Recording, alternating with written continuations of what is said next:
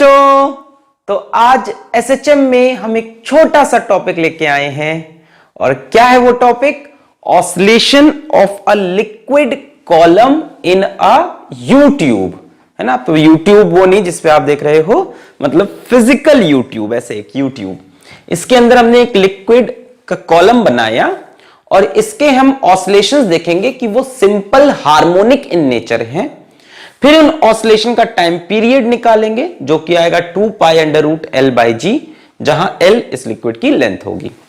तो प्यारे बच्चों, एसएचएम की सीरीज बहुत अच्छी चल रही है। मेरे ख्याल से आपने एसएचएम के प्रीवियस वीडियोस देखे होंगे, नहीं देखे तो यूट्यूब पे टाइप करें एसएचएम फिजिक्स वाला या ऑसिलेशन फिजिक्स वाला और इस पूरी सीरीज को बढ़िया से समझें। तो मेरा नाम है अलक पांडे, हमारा आपका खूबसूरत सा चैनल फिजिक्स वाला। आज पढ़ने जा रहे हैं oscillation of a liquid column in a YouTube. बच्चों मान लो इस यूट्यूब में लिक्विड एक भरा हुआ है, ठीक है। मान लो इस यूट्यूब का जो क्रॉस सेक्शनल एरिया है वो A है और इसमें L लेंथ तक लिक्विड भरा हुआ है। पहला तो मैं आपसे एक सवाल पूछता हूं कि यदि मैं यहां से इस लिक्विड को थोड़ा सा नीचे पुश करूं तो क्या होगा? यहां से लिक्विड को थोड़ा सा ऐसे नीचे पुश करूं तो ये लिक्विड ऊपर जाएगा और फिर मैं छोड़ दूं ऐसे पुश करके तो ये ऊपर जाएगा, फिर इधर वेट ज्यादा होगा, फिर ये इधर गिरेगा, फिर ये ऊपर जाएगा, फिर ये गिरेगा, ये ऊपर जाएगा, ये गिरेगा, ये ऊपर। ये जो ऑसिलेशंस हो रहे हैं ये सिंपल हार्मोनिक इन नेचर होंगे और इन ऑसिलेशंस का टाइम पीरियड 2π√L/G आएगा। तो क्या आपको पता है कि किसी भी एसएचएम का टाइम पीरियड कैसे निकालते हैं? तो पहले आपको मैं याद दिला दूं, शायद आपने प्रीवियस वीडियोस में ये चीज देखी हो तो आप इस पार्ट को स्किप कर दें, थोड़ा सा आगे बढ़ा ले वीडियो को, वरना जो लोग नहीं जानते वो समझें कि किसी भी एसएचएम का टाइम पीरियड कैसे निकालना है। How to find time period of any SHM. सबसे पहली कंडीशन होती है कि आप फाइंड करें इक्विलिब्रियम पोजीशन, फाइंड करें इक्विलिब्रियम पोजीशन, फाइंड करें इक्विलिब्रियम पोजीशन। सेकेंड स्टेप होती है कि आप बॉडी को, पार्टिकल को, यहां पे फ्लूइड को थोड़ा सा डिस्प्लेस करें, स्लाइटली डिस्प्लेस करें उस बॉडी को, उस पार्टिकल को या फ्लूइड को स्लाइटली डिस्प्लेस करें, यानी एक्स डिस्प्लेसमेंट दें from mean position. Mean position से थोड़ा सा डिस्प्लेस करें। What is mean position? It is same as equilibrium position, ठीक है। फ्रॉम इक्विलिब्रियम लिख देता हूं, कंफ्यूजन नहीं हो। From equilibrium position, from equilibrium position, ठीक है। अब इक्विलिब्रियम पोजीशन कौन सी पोजीशन होती है? वो पोजीशन जहां पे बॉडी पे लगने वाली नेट फोर्स 0 हो। अब थर्ड स्टेप में क्या करना है? पहले तो वो इक्विलिब्रियम पोजीशन निकाली, वहां से थोड़ा सा डिस्प्लेस किया। अब जब थोड़ा सा डिस्प्लेस करेंगे तो बॉडी के ऊपर कुछ फोर्स लगने लगेगी। फाइंड नेट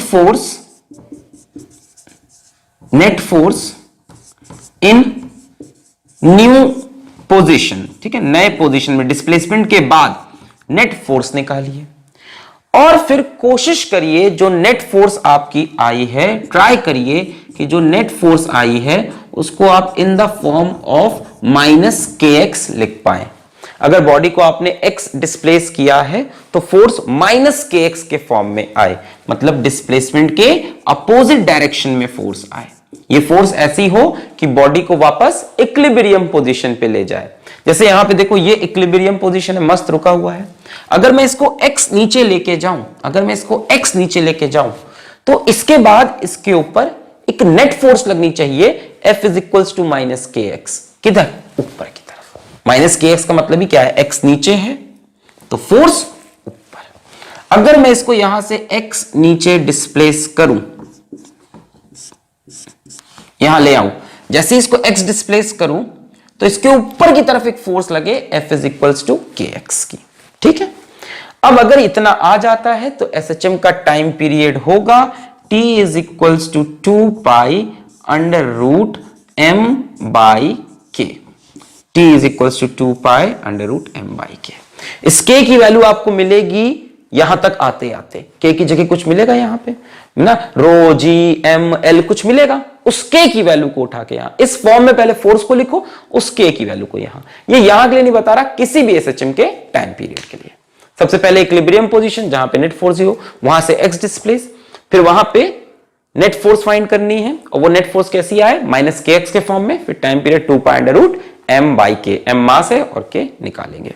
चले करें, ओके आइए क्वेश्चन करते हैं। तो मेरे पास यूट्यूब में फ्लूइड भर रखा है।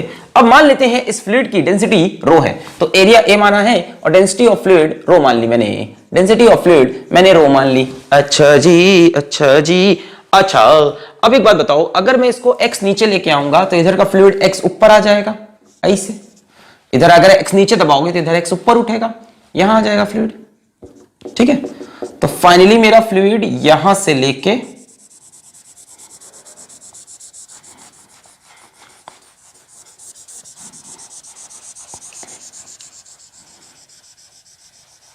यहां तक होगा। इनिशियल लेवल ये था, ठीक है। फाइनल यहां इधर आ गया और यहां कितना ऊपर चला गया होगा, x ऊपर चला गया होगा। अब जब मैंने इसको x नीचे डिस्प्लेस किया तो यहां पे फोर्स ऊपर लगनी चाहिए, तभी SHM होगा। F is equals to kx minus kx, x के अपोजिट। अच्छा, इस जगह पर कौन फोर्स लगाएगा, इस जगह से दो फोर्स लगेंगी। एक तो अब देखो यहां से फ्लूइड खत्म हो चुका है, जरा दिमाग में अपने ये बात डालो, अब फ्लूइड यहां पे है नहीं, आपने नीचे दबाया, यहां से फ्लूइड गायब हो चुका है, यहां पे फ्लूइड नहीं बचा। जब नीचे दबा दोगे यहां पे एक तो एटमॉस्फेयर प्रेशर लगाएगा उसकी वजह से फोर्स, एक फ्लूइड का प्रेशर होगा उसकी वजह से फोर्स, एटमॉस्फेयर के प्रेशर की फोर्स और फ्लूइड के प्रेशर की फोर्स। जैसे यहां पे मैं ऐसे बना लूं इस चीज को, ये मैंने यहां बनाया, ड्रॉ किया। एक तो एटमॉस्फेरिक प्रेशर मान लो P0 है, तो फोर्स कितनी होती है, प्रेशर इनटू एरिया, तो P0 है। और मान लो फ्लूइड का प्रेशर यहां पे P है, तो फोर्स हो जाएगी PA। डेफिनेटली PA P0A से बड़ा होगा, तभी बॉडी ऊपर जाएगी, तभी ये पूरा फ्लूइड ऊपर डिस्प्लेस किया। यहां फ्लूइड का प्रेशर आपने माना P और एटमॉस्फेरिक प्रेशर माना P0, ठीक है। अब ये फोर्स बड़ी होगी तभी ये फ्लूइड ऊपर जाएगा। अच्छा, यानी यहां पे देखो पहला स्टेप क्या था, फाइंड इक्विलिब्रियम पोजीशन, ये थी equilibrium position, find equilibrium position की आपने। सेकंड स्टेप क्या था, बॉडी को डिस्प्लेस करो स्लाइटली फ्रॉम इक्विलिब्रियम पोजीशन, आपने स्लाइटली डिस्प्लेस किया। थर्ड स्टेप क्या था, find net force in this new position. अब बताओ इस फ्लूइड के ऊपर नेट फोर्स कितना है, मेरे ख्याल से नेट फोर्स होगा PA माइनस P0। नीचे से फोर्स लगेगी PA, ऊपर से P0, डेफिनेटली ये फोर्स ज्यादा हो गया, अभी दिख भी जाएगा कि ये वाली फोर्स ज्यादा है। अच्छा, अब मेरे पास रिस्पांसिबिलिटी है इस P को निकालने की। अच्छा, एक काम करते हैं, अगर यहां प्रेशर P है बच्चों इस जगह पे, तो क्या यहां भी प्रेशर P होगा? फ्लूइड में सेम हाइट पे प्रेशर क्या होता है, सेम, तो यहां भी प्रेशर P होगा। अच्छा, यहां एटमॉस्फेयर से एक्सपोज्ड है तो यहां प्रेशर कितना होगा, P0, ठीक है। अच्छा, ये हाइट x है तो ये हाइट भी कितनी हो गई, x, मतलब ये यहां से कितना नीचे है, 2x। फ्लूइड में जब नीचे आते हैं तो प्रेशर इंक्रीज करता है कितना, ρgh। मान लो ये h हाइट नीचे आते हैं तो कितना इंक्रीज करता, ρgh। यानी हम बोल सकते हैं जो प्रेशर P है यहां पर, that is equals to P0 plus ρgh की जगह 2x। P is equals to P0 plus ρg2x, तो आपको P की वैल्यू मिल गई, यहां रख दो। F net is equals to P की जगह P0 plus ρg2x into A minus P0A।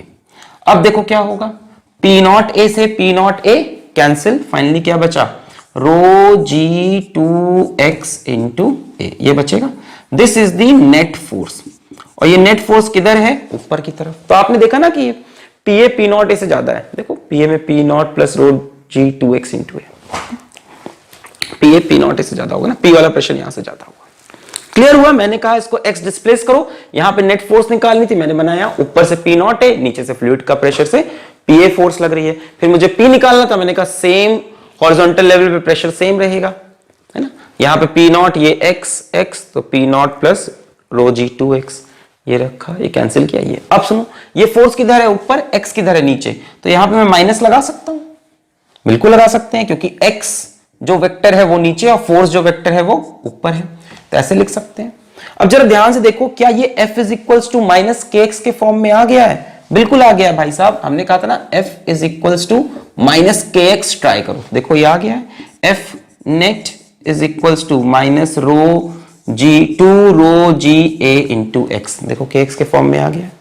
अब मैंने कहा था अगर इस फॉर्म में आ जाए तो टाइम पीरियड होगा 2 pi under root m by के।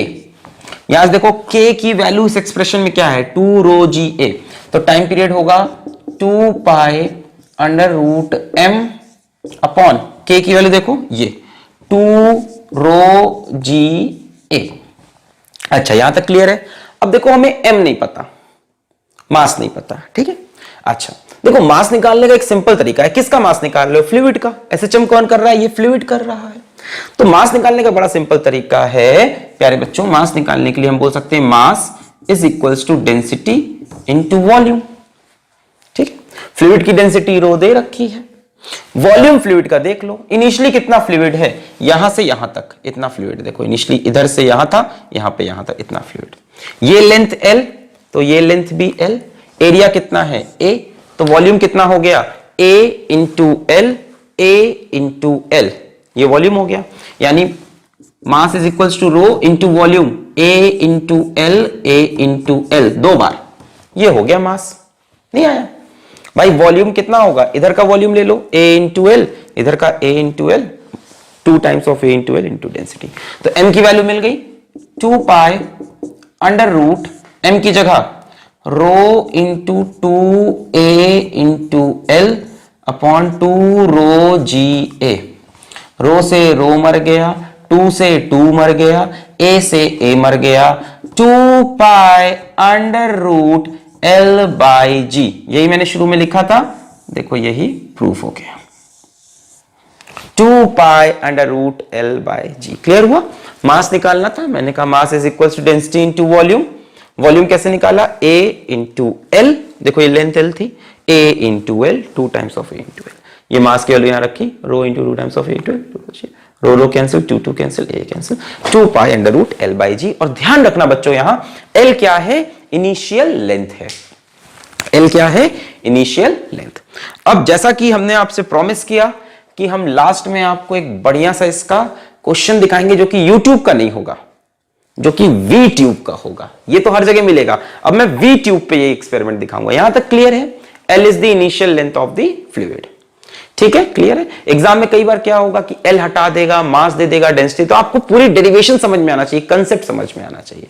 कंसेप्ट क्लियर है, मिटा दें, ओके। अब देखो अगर आपको कंसेप्ट नहीं आता, मान लो कोई नन्हा मुन्ना सा बच्चा है और वो T is equal to 2 pi under root L by G याद करके एग्जाम में चला गया, और एग्जामिनर ने जो सवाल सेट किया वो ये है, अगला सवाल मैं दिखा रहा हूं, वो सवाल कर लोगे तो ऑसिलेशंस ऑफ लिक्विड कॉलम का कोई भी सवाल कर लोगे, कोई भी सवाल। देखो क्या सवाल, क्या सवाल है, मान लो मैं YouTube की जगह एक V ट्यूब बनाऊं, ऐसा,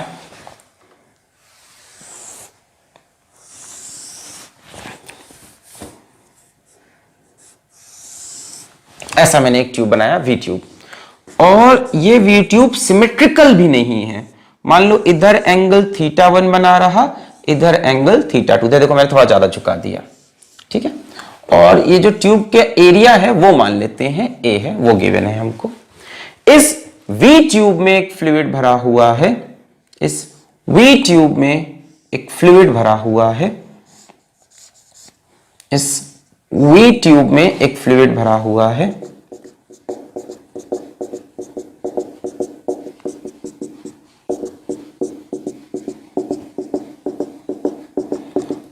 ठीक है।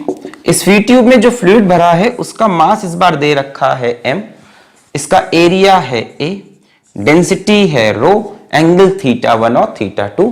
हमसे कहा कि अगर मैं यहां से फ्लूइड को थोड़ा सा प्रेस करूं इधर ऐसे, तो ये ऊपर उठेगा, फिर नीचे ये इस एसएचएम का टाइम पीरियड निकालें। थोड़ा दिमाग लगाना है, चलो शुरू करें। ओके, तो पहला स्टेप था फाइंड इक्विलिब्रियम पोजीशन, तो यही इक्विलिब्रियम होगा, ठीक है। रेस्ट पे आ गया होगा, ये हाइट और ये हाइट बराबर होगी। ध्यान रहे इस बार ये और ये बराबर नहीं होगा बच्चों, ये और ये बराबर नहीं होगा, तभी होता अगर एंगल सेम होता, ठीक है। गलती मत करना कि इसको एल एल मान लिया, वो दिया भी नहीं है, इसीलिए ये वर्टिकल हाइट और ये वर्टिकल हाइट सेम होगी, ठीक है। वर्टिकल लेवल फ्लूइड का सेम होगा तब इक्विलिब्रियम होगा। अब मान लो आपने क्या करना है, ये मिल गई इक्विलिब्रियम पोजीशन, इसके बाद क्या करना है, एक्स डिस्प्लेस करना है। मान लो इसको मैं यहां से एक्स नीचे प्रेस कर दूं, मैं इस फ्लूइड को यहां से एक्स नीचे प्रेस कर दूं, कोई दिक्कत नहीं है। अच्छा, मैंने एक्स नीचे प्रेस किया, यानी इधर वाला फ्लूइड एक्स ऊपर मूव कर जाएगा, ये एक्स ऊपर मूव कर गया, ठीक है, displace slightly from equilibrium position. तो ये नई पोजीशन, ये वाली नया गई, न्यू पोजीशन। क्लियर है यहां तक? अब इस न्यू पोजीशन में हमें क्या निकालनी है, बॉडी के ऊपर या फ्लूइड के ऊपर, पार्टिकल के ऊपर नेट फोर्स निकालनी है। इस न्यू पोजीशन में हमें फाइंड करनी है ये नेट फोर्स, ठीक है। इनिशियली यहां था, अब यहां आ गया। तो बच्चों अगर इसको मैं यहां पे बना लूं, ये वाले पार्ट को, ये वाला पार्ट मैंने मान लो यहां बना लिया, ठीक है। तो इसके ऊपर इधर से एटमॉस्फेरिक प्रेशर लगेगा ऊपर से, P naught A, area A है, और जो फोर्स हो जाएगी वो हो जाएगी pressure into area. Atmospheric pressure यहां लगेगा पी नॉट, और पी नॉट इनटू ए हो जाएगी फोर्स। और नीचे से फ्लूइड का प्रेशर लगेगा और फ्लूइड की फोर्स लगेगी पी ए। फ्लूइड प्रेशर मान लिया पी, फोर्स हो गई प्रेशर इनटू एरिया। डेफिनेटली ये फोर्स ज्यादा होगी, और नेट फोर्स का जो एक्सप्रेशन हम फिर से लिखेंगे, नेट फोर्स का जो एक्सप्रेशन हम फिर से लिखेंगे वो होगा P A minus P naught A.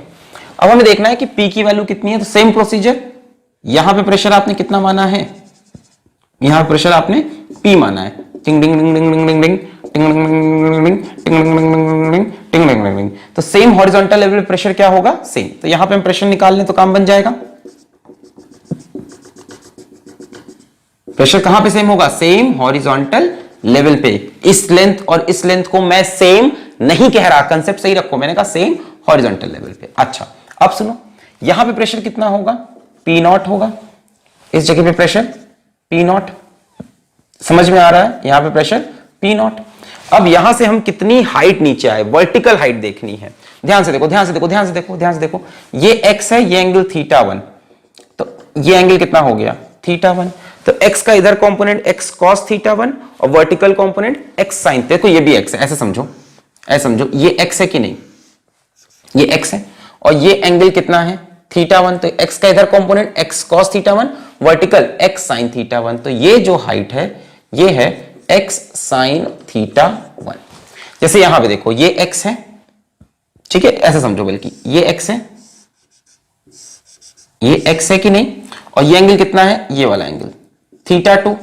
तो एक्स का इधर कंपोनेंट एक्स कॉस थीटा 2 और वर्टिकल कंपोनेंट, ये vertical height x sine theta 2। बोलो सही है, ये हाइट एक्स है ना, और ये एंगल थीटा 2 है, देखो ये एंगल थीटा 2, तो x cos theta 2 x sine theta 2। तो मैं पूछता हूं यहां से यहां वर्टिकल हाइट में कितना हो गया difference, x sine theta 1 plus X sine theta 2। आपको पता है फ्लूइड में जब एच हाइट नीचे आते हैं तो प्रेशर कैसे दिया होता है, P is equals to P not plus rho G H. So यहां का प्रेशर P, यहां का pressure P, P is equals to P not plus rho G, और H कितना हो जाएगा बच्चों, H कितना हो जाएगा बोलो, x sine theta 1 plus X sine theta 2, x sine theta 1 plus X sine theta 2।